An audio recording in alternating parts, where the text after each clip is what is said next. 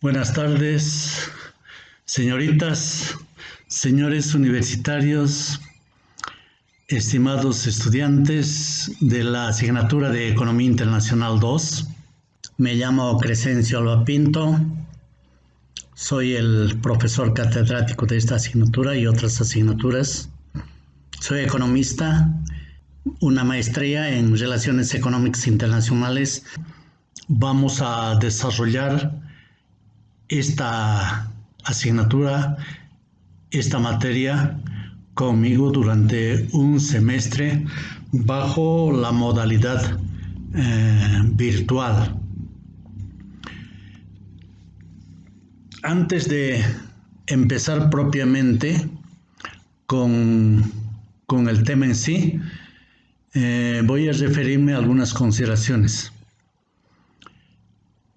Estas clases que se van a desarrollar de manera virtual corresponden a esta asignatura de Economía Internacional 2. Se desarrollarán de forma no presencial, dada esta nueva realidad y nuevo escenario a partir de la enfermedad del coronavirus. Es importante la siguiente reflexión. Ustedes tienen la calidad de estudiante de nivel universitario si se dedican realmente al estudio. En ese sentido hay necesidad de cumplimiento de todas las actividades académicas inherentes a ello. Obviamente que ello implica mucho esfuerzo académico de parte de ustedes, pero que en el devenir del tiempo habrá un fruto, habrá un resultado que será la formación de un profesional con formación de calidad. En este sentido, yo les doy la más cordial bienvenida y les deseo el mayor de los éxitos a cada uno de ustedes. Y ahora nos vamos ya a adentrarnos un poco a esta asignatura, pero como un tema inicio, vamos a dar una panorámica y algunas reglas de juego. De ahí que esta clase va a ser corta y desde la próxima clase vamos a abordar consecutivamente los temas siguientes, a partir del tema 1, obviamente. Entonces nos vamos a esto que se llama justificación de la presencia de esta asignatura en el plan de estudios de la carrera de Economía. Empezaremos diciendo que llama la atención en el mundo la movilidad internacional de bienes y servicios por una parte, pero también la movilidad internacional de capital y de trabajo, la movilidad internacional de empresas en los últimos tiempos y también los intercambios de activos, si quieren la movilidad internacional de activos, ¿ya? En el curso de esta misma clase vamos a dar la idea de lo que es un activo, porque un activo en economía internacional es muy diferente del activo que conocen ustedes, por ejemplo, contablemente, ¿ya? Las relaciones económicas internacionales implican intercambio de bienes y servicios, pero también implican intercambios financieros.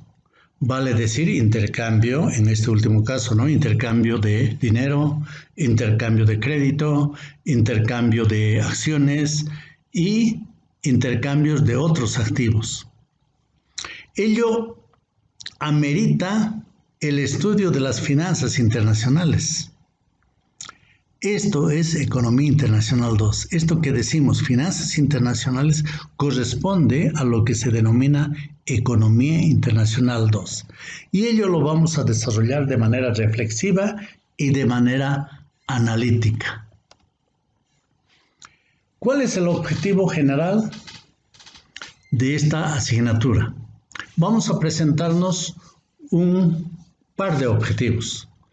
Es importante aquí aclarar lo siguiente. Estos dos objetivos son de la asignatura de Economía Internacional 2.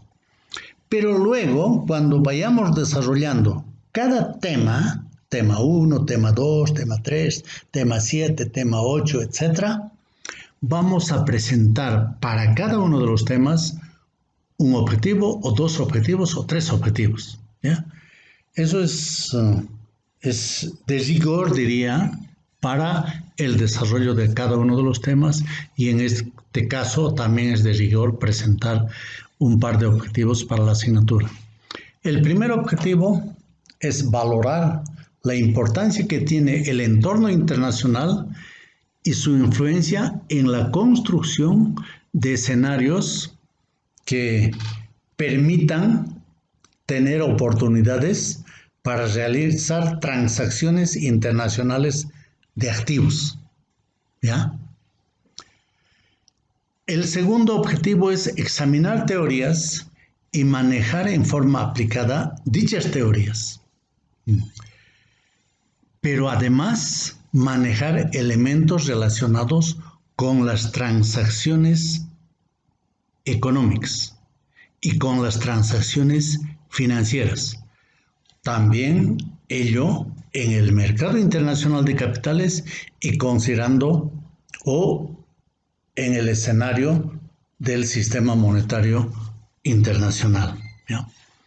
Esto de mercado internacional de capitales luego vamos a estudiar en un tema, y esto de sistema monetario internacional también vamos a estudiar en otro tema, ¿ya?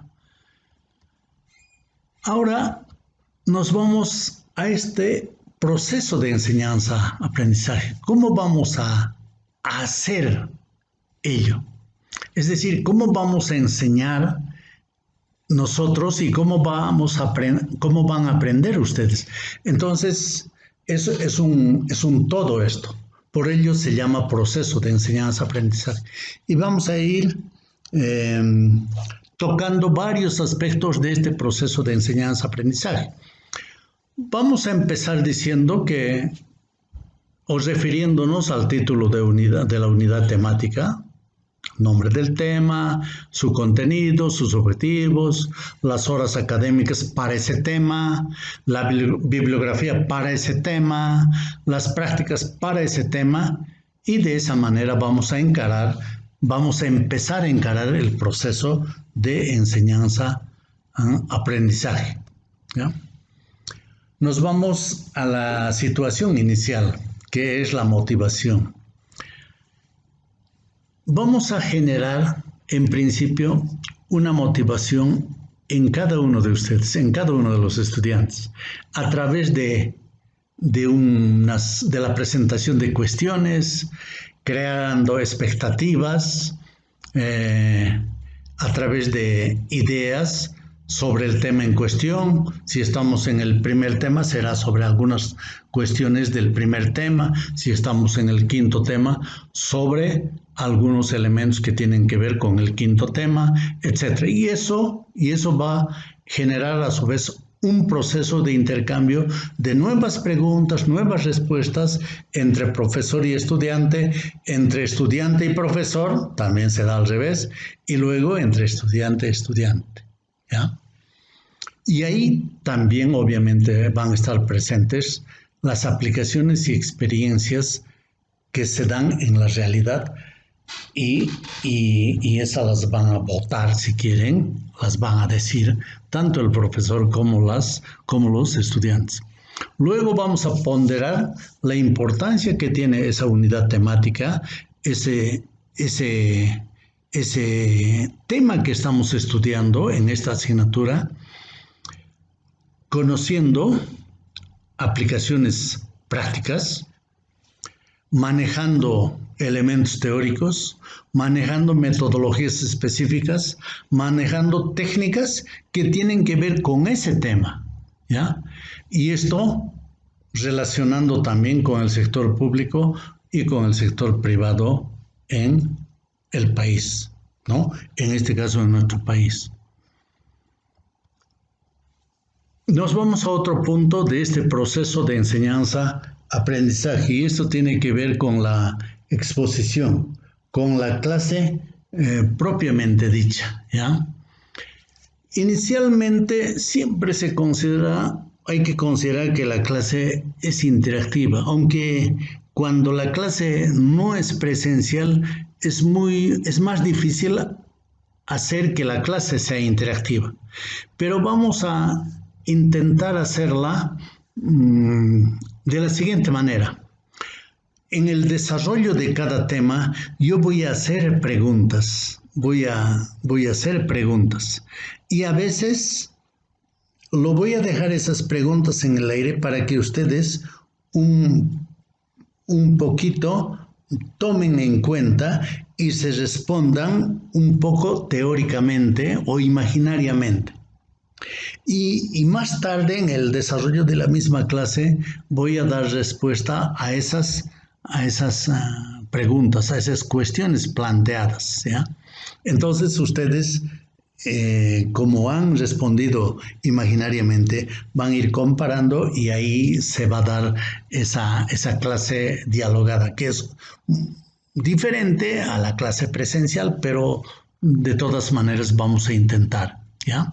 Ello va a permitir consolidar conocimientos teóricos, consolidar elementos conceptuales, consolidar metodologías específicas, es decir,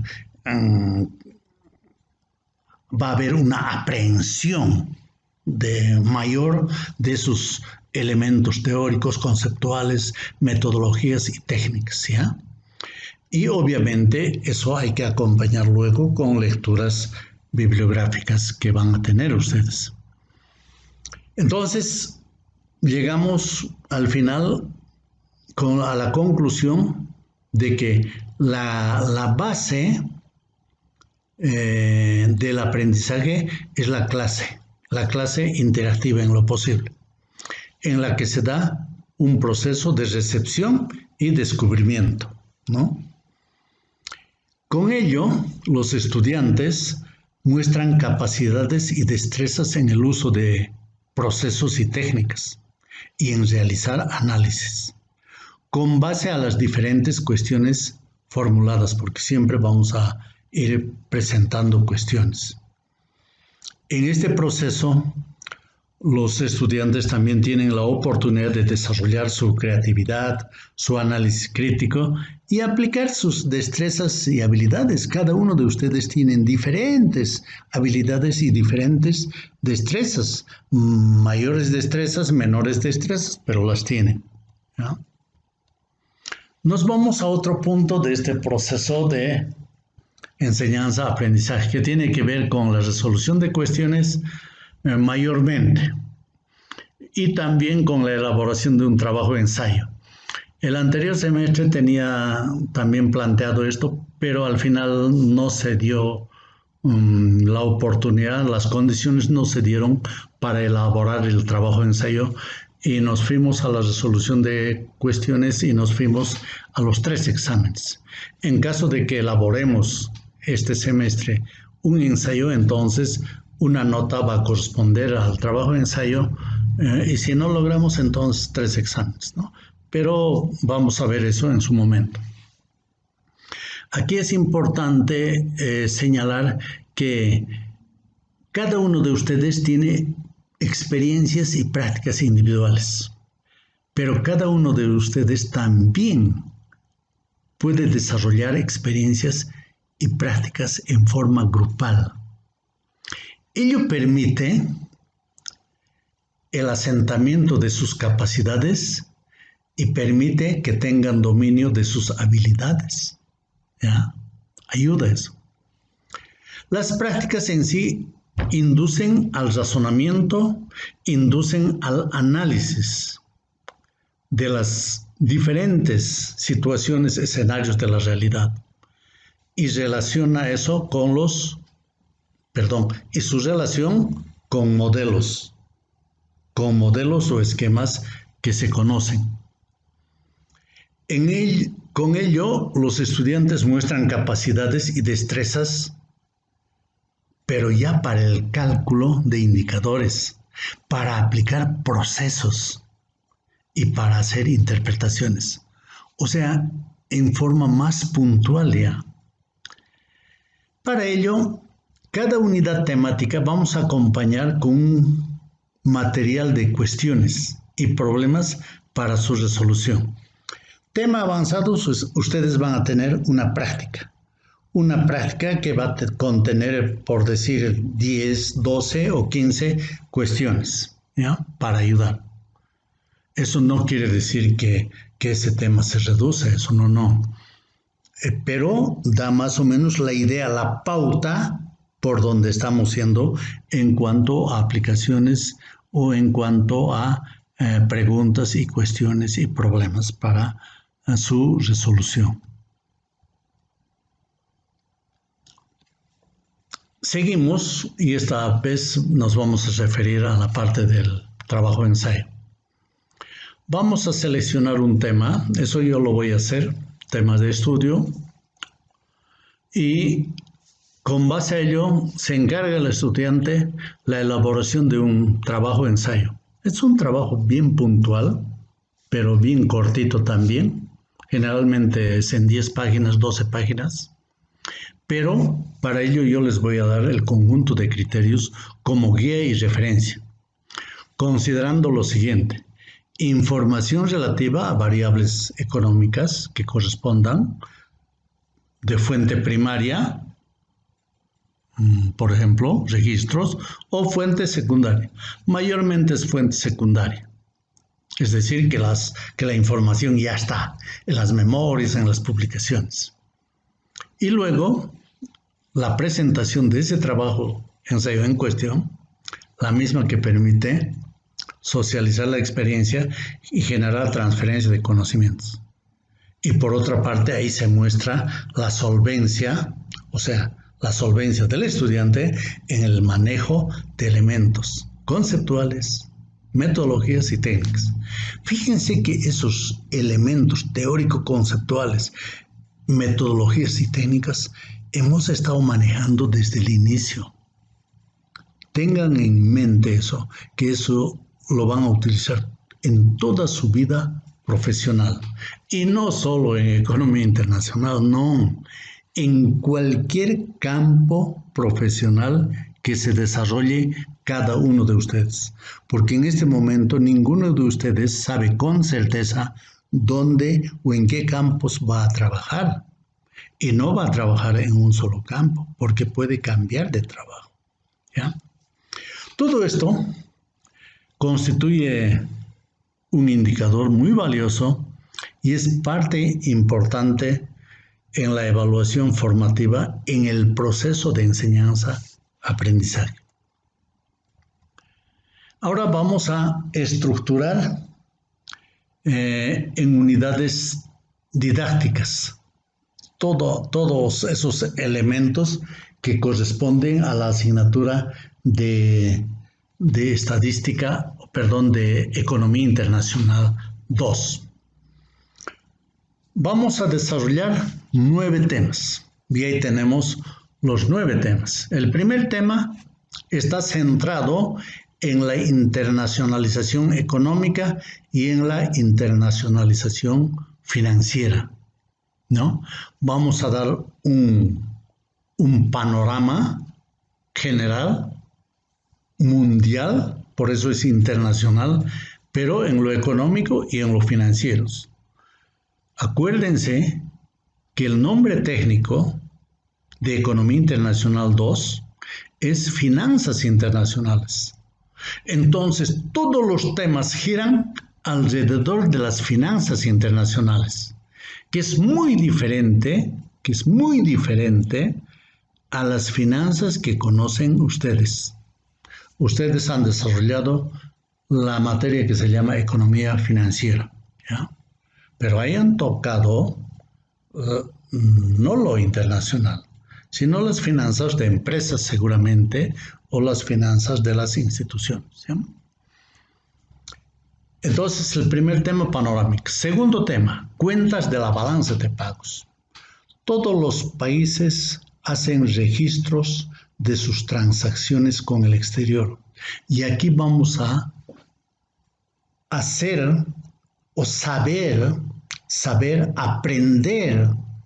aprender a hacer lectura de las cuentas de la balanza de pagos, del comportamiento de la balanza de pagos, de las variables macroeconómicas que componen la balanza de pagos. Porque hay un conjunto de muchas variables macroeconómicas que están en la balanza de pagos y todas ellas se comportan de diferente manera, ¿ya? Entonces, todo ese manejo, nosotros mayormente lo vamos a hacer considerando años, aunque hay balanza internacional, balanza de pagos, digamos, considerando cada trimestre. Pero no vamos a ir a ese detalle porque no interesa. Es mejor tomar 10 años o 12 años y ver el comportamiento de las variables macroeconómicas de la balanza de pagos para esos 10 años, ¿no? Porque si esos 10 años tuviéramos por cuatrimestres, tendríamos 40 datos para cada variable macroeconómica. Pero entonces mejor trabajar con 10 años o 12 años, ¿ya? Y es ahí que nos vamos a dar cuenta cuál es la posición del país en su relación con el mundo externo, ¿ya? Y con datos, obviamente. Aquí hay mucho elemento conceptual teórico, pero también hay mucho elemento empírico. Mercado de divisas.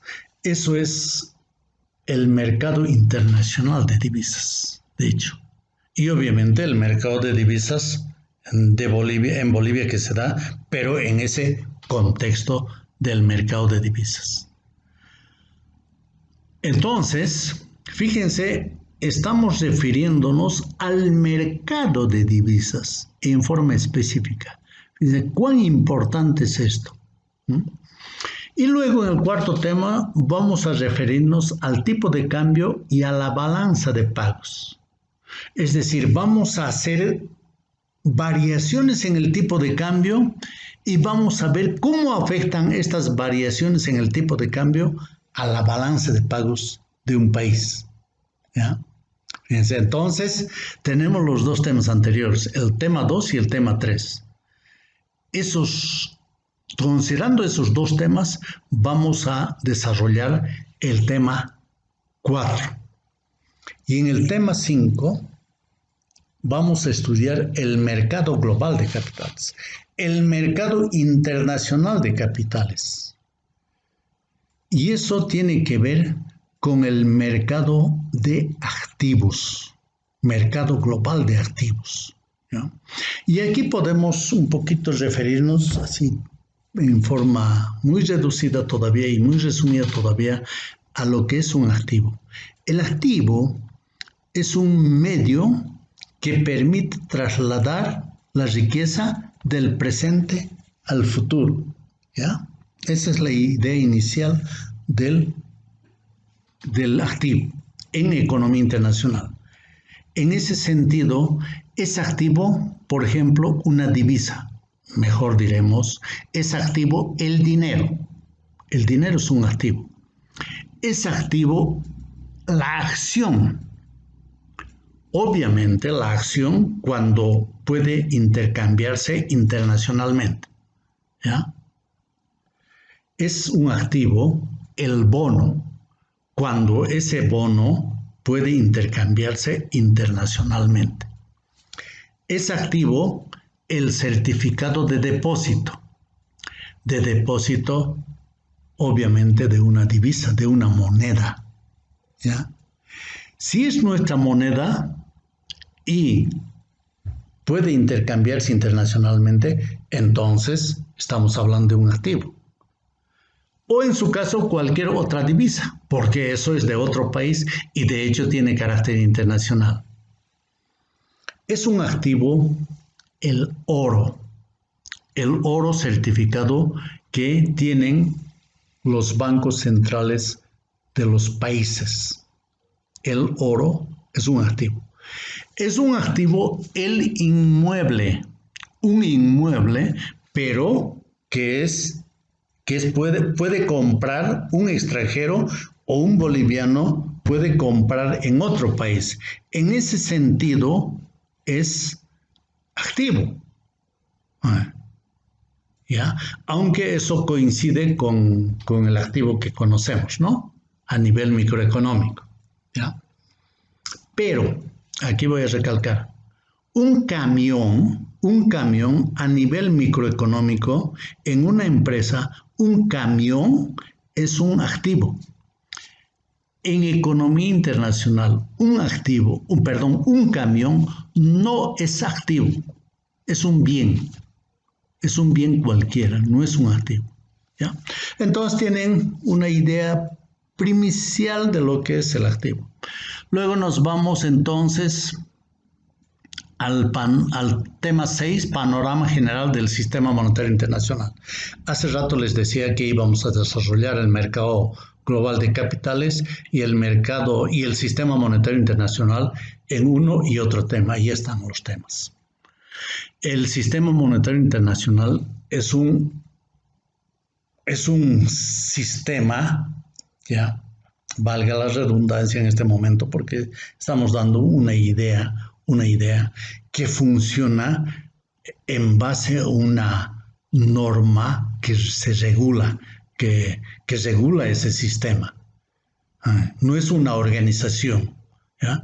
Sino es un marco normativo que permite que se mueva, que funcione ese sistema. Entonces, un conjunto de particularidades vamos a estudiar aquí. Luego tenemos como séptimo tema banca internacional y ahí vamos a estudiar las reservas internacionales, la deuda externa pública y el riesgo de los países. Y en el tema 8 vamos a irnos a Bolivia.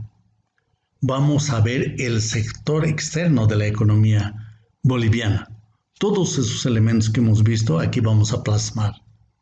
Y finalmente, en el último tema, vamos a dar una respuesta a la siguiente pregunta. ¿Quién financia el desarrollo de los países? Y ahí vamos a estudiar el Banco Mundial y otros organismos internacionales que financian en mayor o menor medida el desarrollo de los países. Entonces es el conjunto de 9 temas que vamos a desarrollar en el curso del semestre.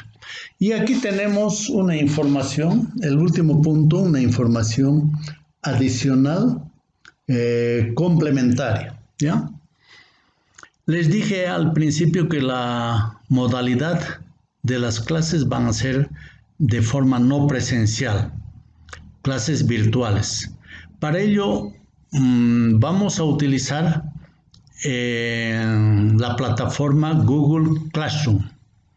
Yo he utilizado Google Classroom y pienso que este semestre vamos a seguir utilizando Google Classroom, ¿no? En ese sentido, ustedes, si las autoridades no han previsto el enlace automático de las inscripciones que han hecho ustedes ya en las distintas materias, van a tener que inscribirse, pero ellos se comprometieron a hacer esta inscripción automática.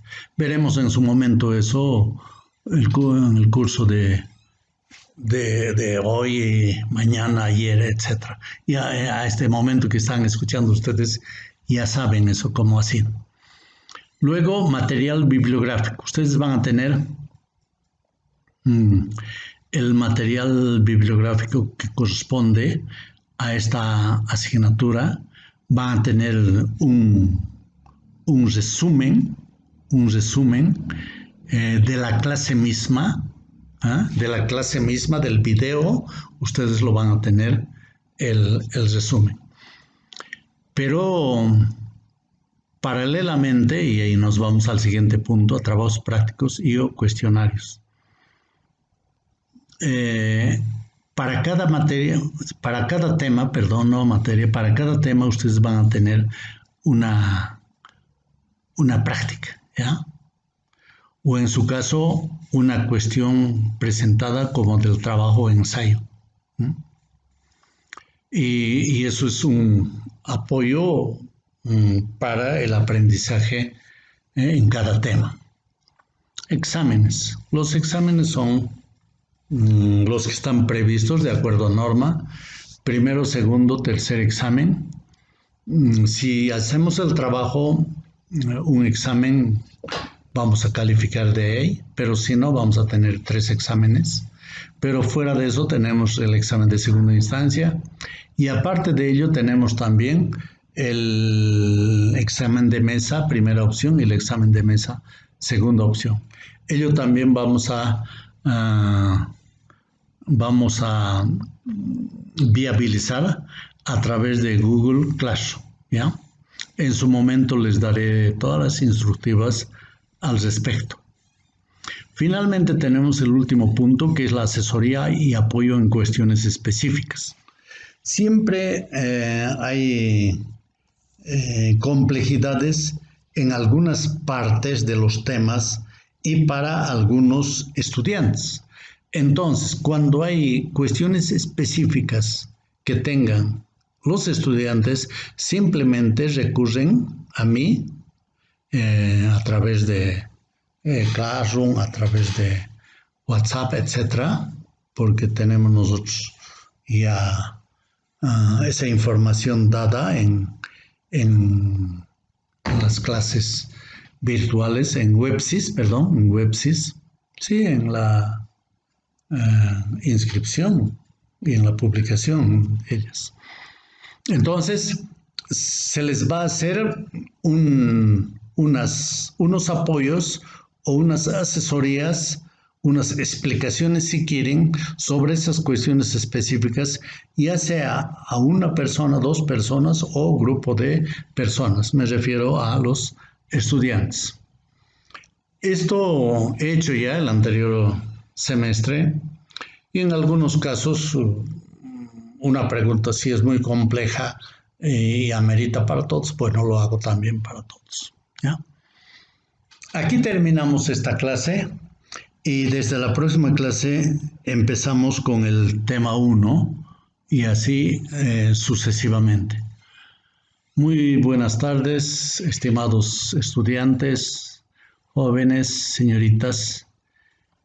Hasta la próxima clase y que estén bien. Muchas gracias. De nuevo.